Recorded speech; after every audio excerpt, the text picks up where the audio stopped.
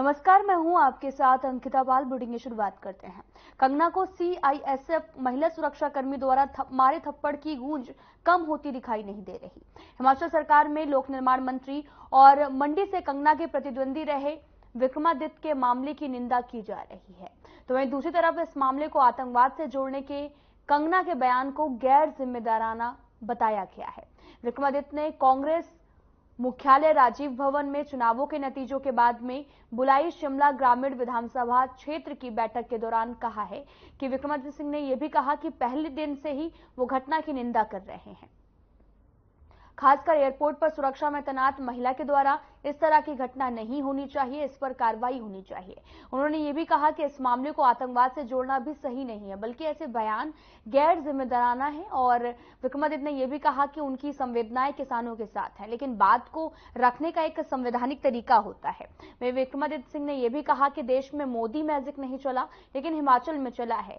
यहां पर क्या कमी रह गई, इस पर भी मंथन की जरूरत है।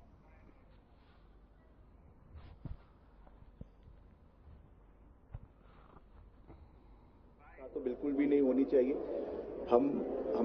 हमारी संवेदनाएं जो है वो जो हमारे जो किसान हैं उनके साथ भी है, क्योंकि उनके साथ बहुत बुरा हुआ है। जो पीछे जब उन्होंने प्रोटेस्ट किया, ये सब चीजें हुई, वी स्टैंड बाय देम। मगर ये कोई तरीका नहीं है अपनी उसको रखने का। एक कॉन्स्टिट्यूशनल फ्रेमवर्क है, उसमें आप अपनी बात को, ग्रीवेंस को रख सकते हैं, मगर किसी को फिजिकली असॉल्ट करना, पर्टिकुलरली वो भी आपके एयरपोर्ट के प्रेमिसेस में, जहां पे सुरक्षाकर्मी की ये जिम्मेवारी है कि उसको किसी भी हर व्यक्ति की वहां पे सुरक्षा का ख्याल रखना। हिमाचल प्रदेश के चारों लोकसभा सीटों पर कांग्रेस उम्मीदवार की हार हुई है, तो वहीं अब कांग्रेस पार्टी हार के कारणों को तलाशने में जुटी हुई है। जिला कुल्लू में भी कांग्रेस कमेटी के द्वारा हर ब्लॉक और हर बूथ पर इसकी रिपोर्ट भी तैयार की जा रही है, और अगर किसी तरह पर या फिर किसी स्तर पर कोई लापरवाही बरती गई होगी तो भी इस पर भी प्रदेश संगठन के द्वारा आगामी निर्णय लिया जाएगा। जिला कुल्लू के मुख्यालय ढालपुर में पत्रकार वार्ता को संबोधित करते हुए जिला कुल्लू कांग्रेस कमेटी के अध्यक्ष शेषराम आजाद ने भी कहा कि चुनावों के बाद अब कांग्रेस पार्टी के द्वारा ब्लॉक स्तर और बूथ स्तर से भी रिपोर्ट मांगी गई है, और हार के बाद बारे में जो मंथन है वो भी किया जाएगा। इस रिपोर्ट को अब प्रदेश कांग्रेस कमेटी को भी जो है वो सौंपा जाएगा, और इसके बाद में आगामी निर्णय पार्टी संगठन के द्वारा लिया जाएगा। लेकिन अगर कहीं कोई कमी या फिर लापरवाही पाई जाए तो उस पर भी पार्टी के द्वारा निर्णय लिया जाएगा। जिला कांग्रेस कमेटी के अध्यक्ष शेषराम आजाद ने यह भी कहा कि अब की बार चुनाव में लोकतंत्र की जीत हुई है। इंडिया गठबंधन को 234 सीट मिली है।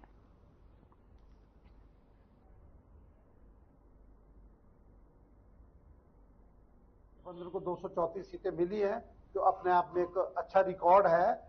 और ये जो मेहनत है ये मंडी पार्लियामेंट कंस्टिट्यूंसी के वर्कर्स की है।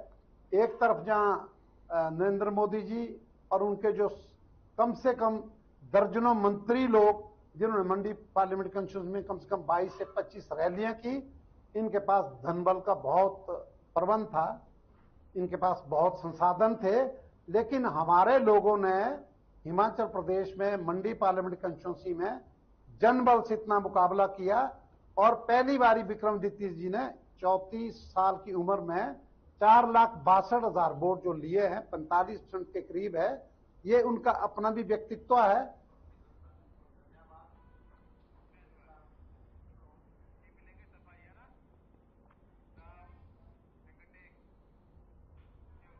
शिमला रिज मैदान पर लोगों को पर्यावरण के प्रति जागरूक करने के लिए कार्यक्रम का आयोजन किया गया है। नगर निगम ने रोटरी क्लब के साथ में मिलकर शहर में जागरूकता रैली का आयोजन किया, और जिसके बाद में रिज मैदान पर महापौर ने लोगों को सफाई के प्रति शपथ दिलाई है। इस मौके पर भाभी जी घर पर हैं के मुख्य कलाकार आशुतोष गौर भी मौजूद रहे। इस दौरान नगर निगम आयुक्त भूपेंद्र अत्री ने यह भी कहा कि नगर निगम शिमला आगामी 1 महीने तक शहर में सफाई का महाअभियान चलाने वाला है, जिसमें बरसात से पहले शहर के सभी नालों को साफ करने के साथ ही कई कार्यक्रमों के माध्यम से लोगों को पर्यावरण को स्वच्छ बनाए रखने के लिए भी जागरूक किया जाएगा। इस दौरान नगर निगम के कर्मचारी घर घर जाकर लोगों को जागरूक करने के साथ ही कार्यशाला, स्कूलों में पेंटिंग और साथ ही प्रतियोगिता, nature walk, social media campaign जो है वो चलाई जाएंगे। उन्होंने ये भी कहा ये सब जन सहभागिता से ही संभव नहीं है।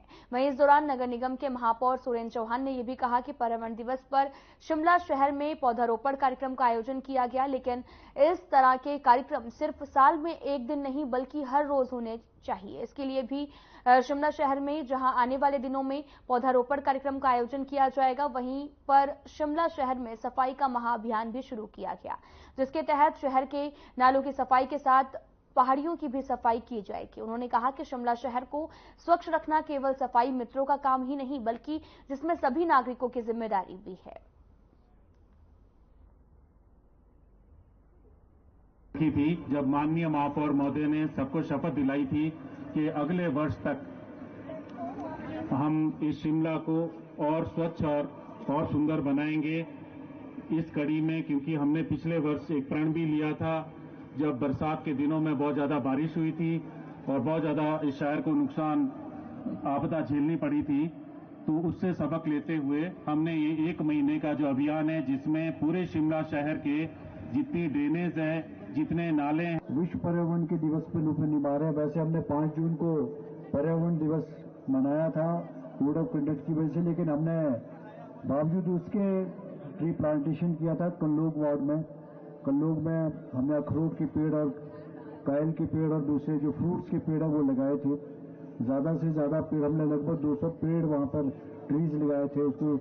और वहां की जो लोकेलिटी है कल्लोग वार्ड के कुछ लोग हैं, जनता है, बच्चे हैं, छोटे छोटे बच्चों ने देश के मैदानी क्षेत्रों में भीषण गर्मी से निजात पाने के लिए बड़ी संख्या में सैलानी पहाड़ियों की ओर रुख कर रहे हैं। मैदानी राज्यों के स्कूलों में गर्मियों की छुट्टियां होने के बाद में हिमाचल प्रदेश के पर्यटन स्थल सैलानियों से पैक हो गए हैं। शिमला, मनाली, कसौली, चैल और लाहौल स्पीति, किन्नौर सैलानियों से गुलजार हैं। वहीं विदेशी पर्यटकों की संख्या में भी बढ़ोतरी हुई है। होटल्स में भी एक्यूपेंसी 80 से 90% तक चल रही है। शिमला के होटल्स में वीकेंड के अलावा हफ्ते के अन्य दिनों में भी कमरों की बुकिंग में भारी बढ़ोतरी हुई है। हिमाचल प्रदेश पर्यटन विकास निगम के होटल्स में भी वीकेंड पर बुकिंग 90% के करीब रही है। साथ ही HPTDC होटल्स की नवीनीकरण कर निजी होटल्स की तर्ज पर बदलाव किए जा रहे हैं। लेकिन अगर हम बात करते हैं होटल्स की, तो HP टूरिज्म डेवलपमेंट कॉरपोरेशन जो कि हमारे होटल हैं कॉरपोरेशन के, तो उसमें तो आजकल की ऑक्यूपेंसी है अभी जून में या हम मई एंड की बात करते हैं वो लगभग 70-80% के आसपास चल रही है। और वीकेंड्स पे यही ऑक्यूपेंसी जो है लगभग 90% के आसपास पहुंच जाती है।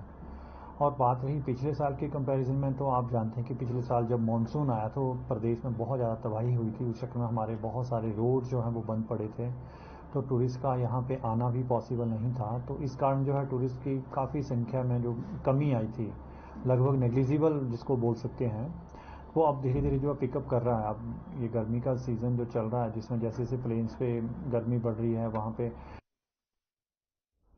शिलाई ग्राम पंचायत सभागार में राष्ट्रीय ग्रामीण आजीविका मिशन के तहत जमाकर्ता शिक्षा और जागरूकता शिविर का आयोजन किया गया, जिसमें मुख्य तौर पर जिला कार्यक्रम प्रबंधक वीरेंद्र ठाकुर और स्थानीय बैंकों के प्रबंधक उपस्थित रहे। शिविर में स्कूली छात्रों सहित सैकड़ों महिलाओं को वित्तीय जानकारी भी दी गई और जिला कार्यक्रम प्रबंधक ग्रामीण विकास विभाग ने भी शिविर में जानकारी देते हुए बताया कि भारत सरकार के राष्ट्रीय ग्रामीण आजीविका मिशन का उद्देश्य गरीब उन्मूलन के लिए स्वरोजगार को बढ़ाना है।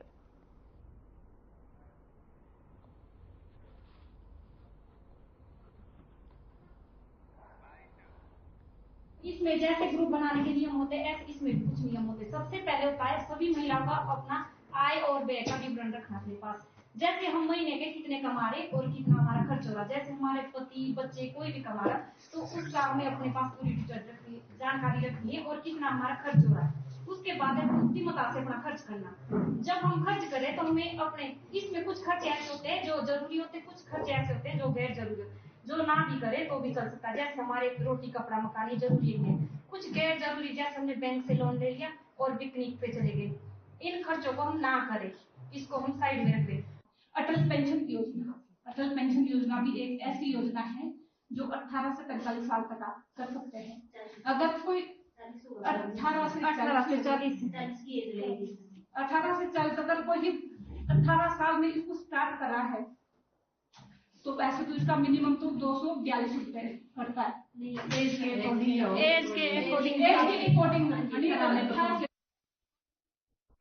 प्रदेश में बिजली संकट गहराने लगा है और जिसकी सबसे अधिक मार जो है वो औद्योगिक क्षेत्रों में पड़ रही है। अचानक बिजली कट लगने से उद्योगों को भी काफी नुकसान झेलना पड़ रहा। पिछली फरवरी में नागल में भी आपको बताते चले कि 100 कब का ट्रांसफर जो है वो जल गया था, जिसके ट्रांसफार्मर जो है वो जल गया था और औद्योगिक क्षेत्रों में कटौती भी देखने को मिली थी।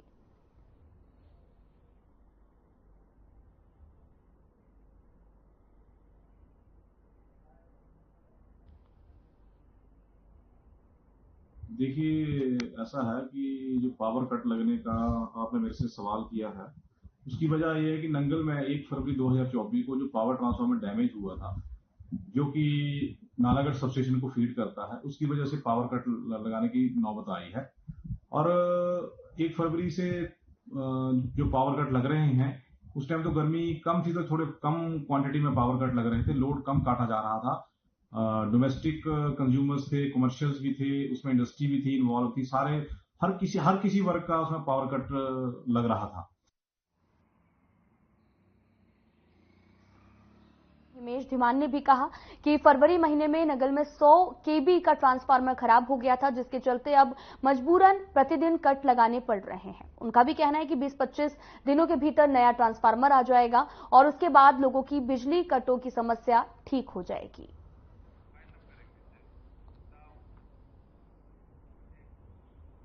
फिलहाल इस वीडियो में इतना ही। नमस्कार।